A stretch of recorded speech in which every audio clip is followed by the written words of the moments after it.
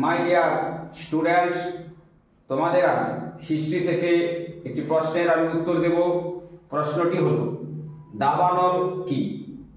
দাবানল হলো কি না বনের আগুন। বনের আগুনকেই আমরা কি বলবো? দাবানল বলবো। তো বনের আগুন তাহলে কি করে সৃষ্টি হলো না গাছে গাছে গাছের ডালে ডালে ঘর্ষণ লেগে লেগে কি হয়? আগুনের সৃষ্টি হতো। একেই সাধারণত কি বলা হবে? দাবানল। তাহলে আদিমকালের মানুষ যারা ছিল তারা যখন আগুনের ব্যবহার জানতো না, তারা কিন্তু এই বনের আগুন কি বা এই দাবানল কি তারা আগুন হিসেবে কাজে লাগাতো। তাহলে নিশ্চয়ই তোমরা বুঝতে পারলে দাবানল কি। দাবানল কি বলতে গেলে আমরা এক কথা কি বলবো? বনের আগুনকে আমরা দাবানল বলবো। তাহলে দাবানল বলবো, তো দাবানলের সৃষ্টিটা হলো কি?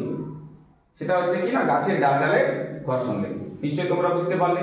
যদি বুঝতে তোমরা না পারো তাহলে তোমরা কমেন্ট করবে, আর যদি বুঝতে পারো তাহলে চ্যানেলটা ফলো দিয়ে সাবস্ক্রাইব করে পাশে থাকবে পরের প্রশ্নের উত্তর পাওয়ার জন্য।